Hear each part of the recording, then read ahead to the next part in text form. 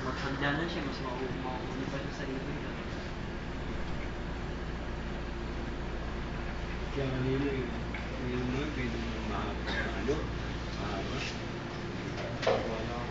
Ginawa ko, nagagdan ako, pero exercise pa eh. Pagkapababa, lagi ako sa paakyat.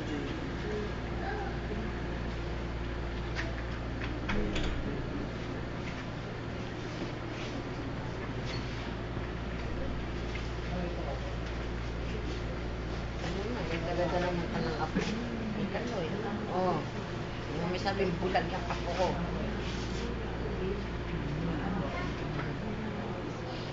Pero nung kinuna ko siya ng ano eh, wala naman yung ano.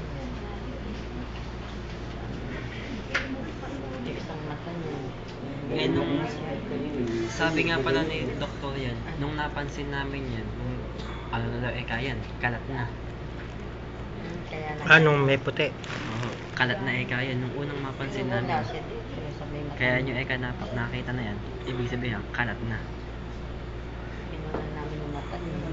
Ngayon, nagtagal pa, mas lalo pa ikang pumalat, lumabas na, ngayon, nahawa na yung kabila.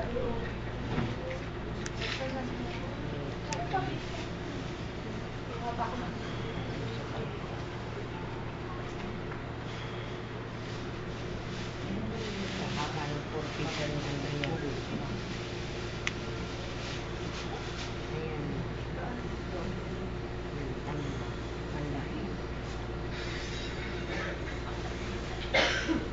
Ito ko siya puro makala.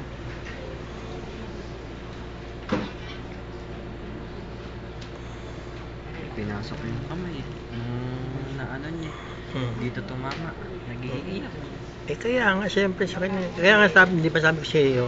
Eh kaya nga sabi ko, bumili pa ako ng kahit medyo maluwag-luwag dito para igagalaw niya. Kaya nga. Pagka kayo naka-steady ka, may inis yan. Yan ang mata niyang kinopera. Tsaka hindi, makangawit yung balikat. Kaya nga. Hindi. Pero pagka tatanggalin niya, Oo, sabi pagka meron nahawakan. niya. Parang wala.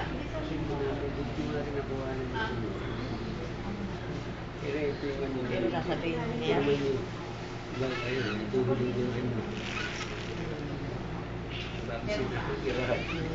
Tao ng tao. Kaya nga, Parang hindi ako magpaniwalang meron pagka ano. Kaya nga, Masiglang yung bata. meron din siya sa tatay. Ito mo. Sasabihin bang yan, wala na yung mata na yan. Yun pa rin, nakakapit sa mga ugat. kaya nga hindi na maisasalba. Yan yung mata.